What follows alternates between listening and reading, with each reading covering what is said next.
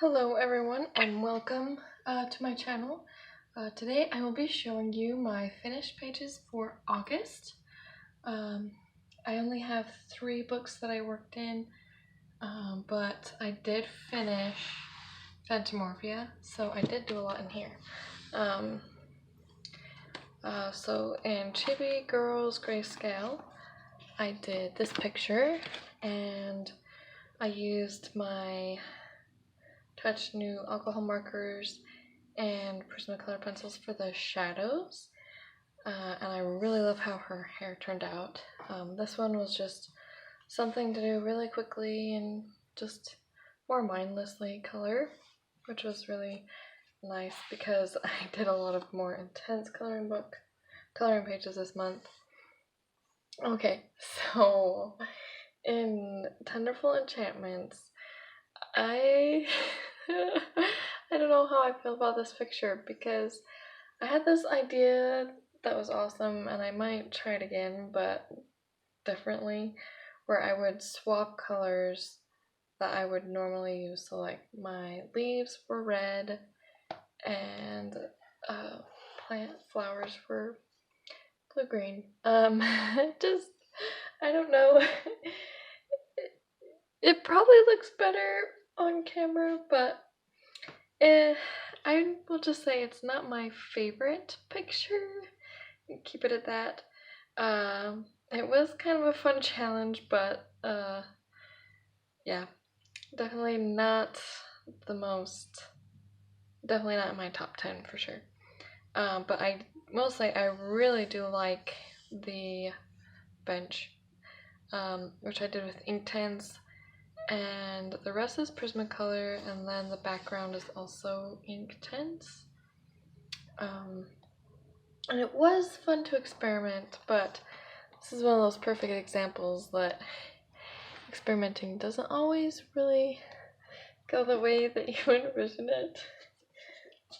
And then the rest of the pictures that I have are in Phantomaria. It was my goal to finish this coloring book by the end of the year, and I was about halfway-ish by August and decided, hey, I'll just do more than one this month. And then I just kind of got carried away a little bit and worked on a ton, and it got to the point where I thought, well, why not just do one more, and then why not just try to finish it by the end of the month, which I was able to do. So I did the author page and the nameplate page with watercolor and Prismacolor, and I just kept it really simple because this was actually the last spread that I worked on and I was kind of ready to be finished. I also kept this really basic. So the first one that I did this month, first one to show that I did this month is this one. I really like the moodiness of the clouds, which are Inktense. I used purple and lime green or something like that.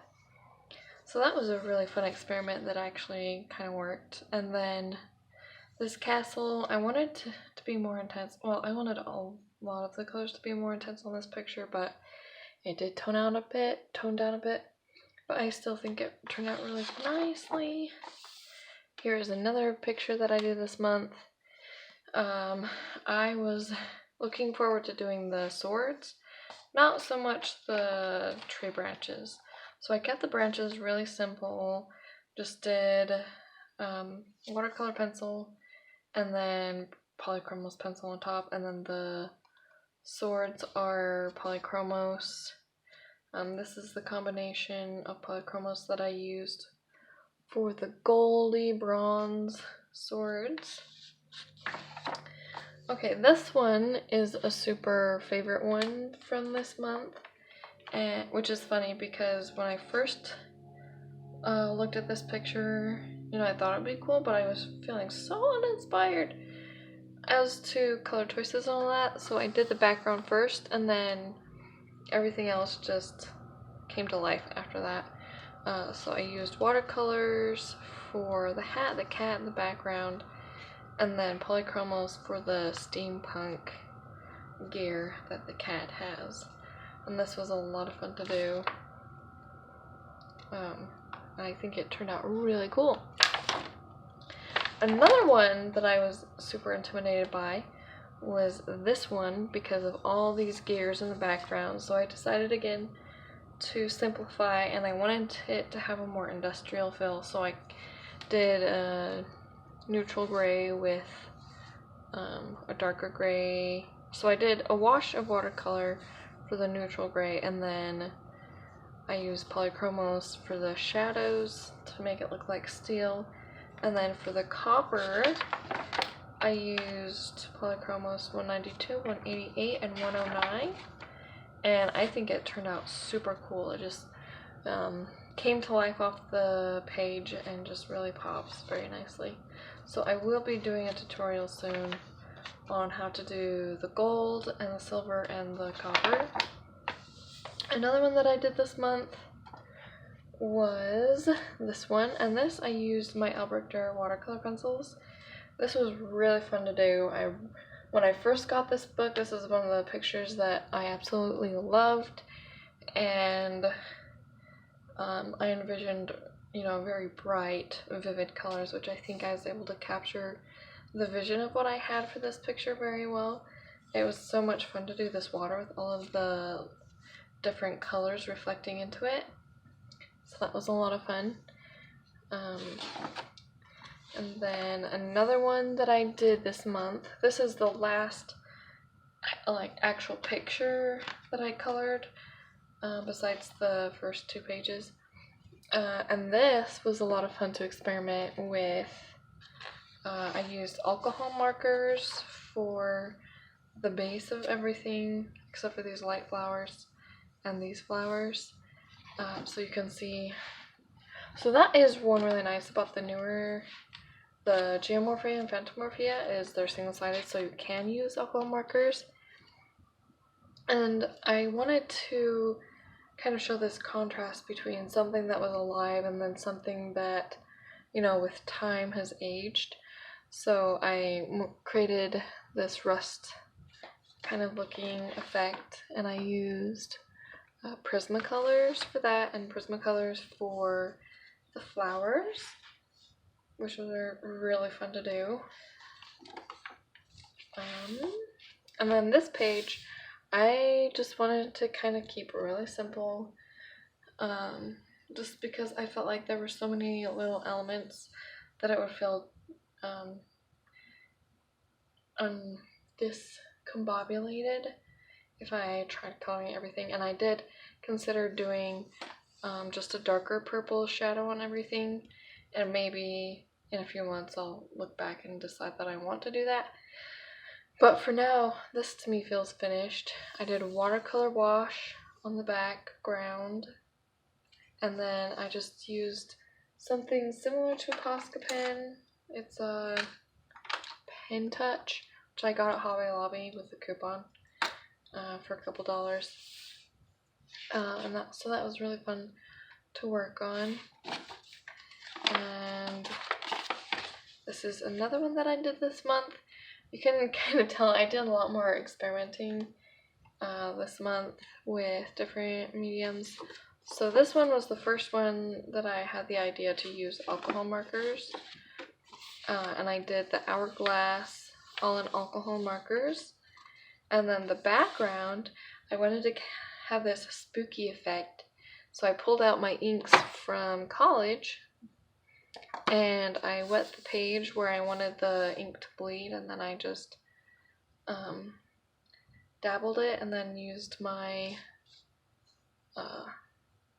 mop paintbrush to kind of blend everything so it would have that kind of smoky effect.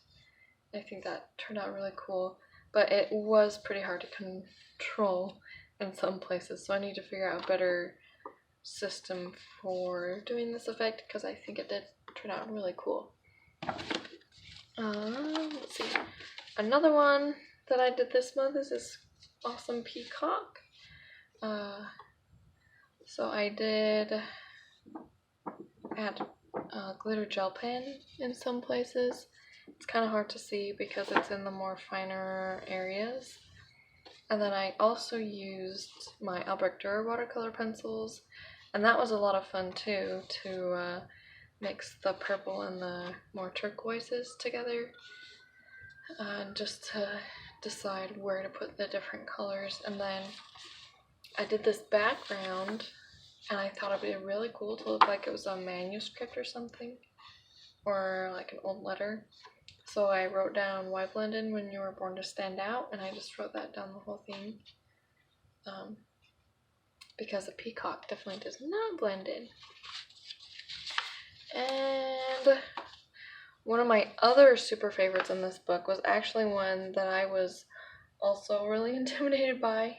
And it's this one, because there were all these individual bugs and I wasn't sure if I wanted to make them look realistic or what kind of color pattern I wanted to use. I did consider doing like a rainbow where it transitioned, you know, but in the end, I found this really helped on a lot of my pictures. I did the background first. I did a watercolor wash, and then after that it just kind of all came out, and I finished this in one evening, which something like this normally would take me several days at least. So that was good to tell her that I just had a lot of fun with this one. I added some shadow with polychromos, and then I did these to look like they were jewelry beetles, and I decided to stick with 3 main colors for the bigger jewels on the bugs, and then more opally kind of jewels for these really small ones, and just to keep all of the loose gems one color to help unify everything together. And I think it turned out really, really awesome. And somebody mentioned I should frame this one, so I might go figure out where to get a square frame to frame it. And then this one I used watercolor pencil and then went over with regular pencil. So I used the Albrecht Dürers and then the polychromos. So that's for the shadows. And then didn't really do much to the background. I just colored it in with a marker. But I wanted to keep this one just very light and pastel. And that is the last one in this book. So I now officially have completed a coloring book. And now I need to decide which one to do. But let me know which coloring page you were inspired by. And I hope to see you next time. Happy coloring!